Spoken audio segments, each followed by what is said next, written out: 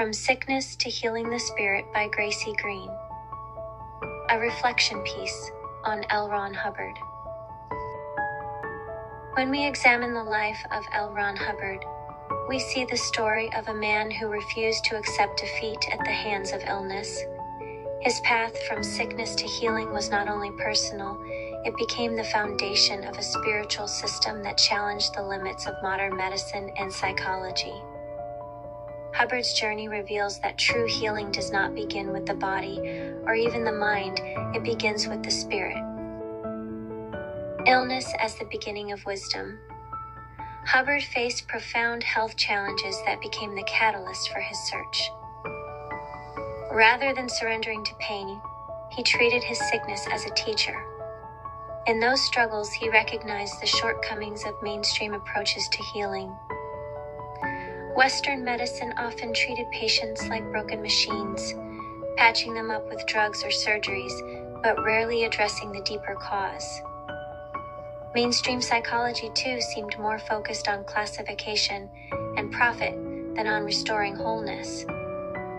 But Hubbard asked the question many never dared to: what if the spirit itself is what needs healing? Turning to the East for answers. Seeking truth beyond the limits of the West, Hubbard immersed himself in Eastern medicine and theology. Traditions such as Buddhism, Taoism, and Vedic philosophy had long taught that human beings are not only bodies with minds, but spiritual entities bound to the divine. Healing in these traditions required balance and liberation. From meditation and breathwork to sacred writings that spoke of the eternal soul, Hubbard learned that what we carry within the invisible burdens can weigh heavier than any physical illness.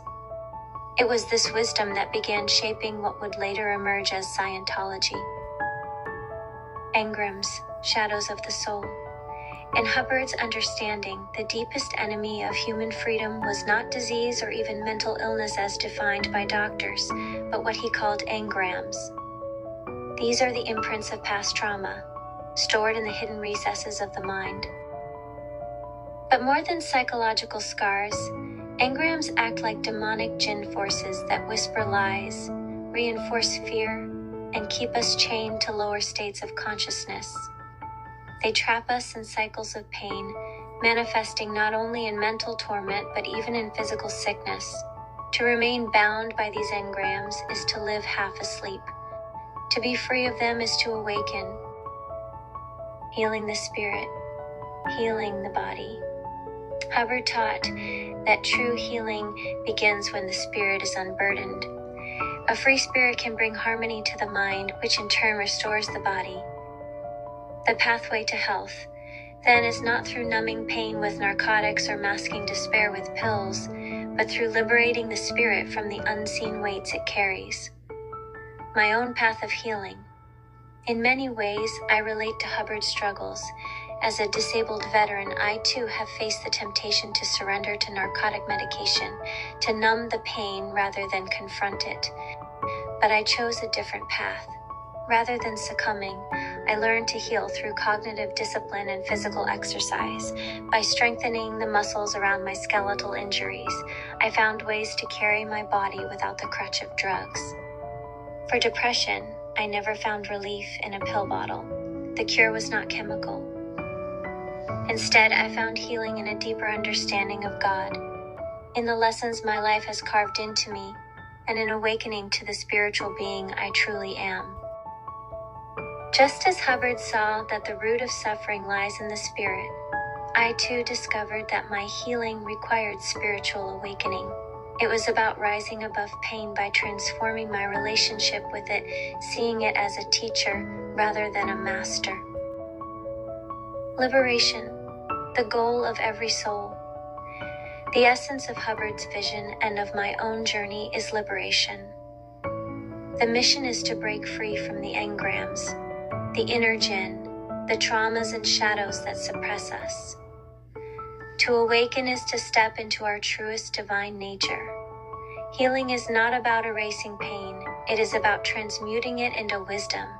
It is not about denying suffering, It is about refusing to be defined by it. When we rise above the forces that bind us, we radiate healing into our families, our communities, and the world itself. Closing reflection.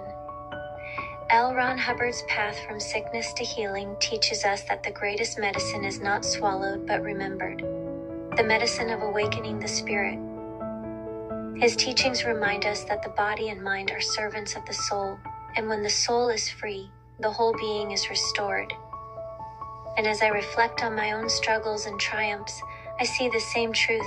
Pills could never teach me what pain did. My healing came when I chose to seek God, to learn from life, and to awaken to the eternal spirit within me. The ultimate goal for Hubbard, for myself, and for all of us is the same: to free the spirit, awaken consciousness, and live as our truest selves. Thank you for listening. Writing has become a powerful outlet for me to express my thoughts, emotions, and reflections. It truly means a lot to feel heard and supported.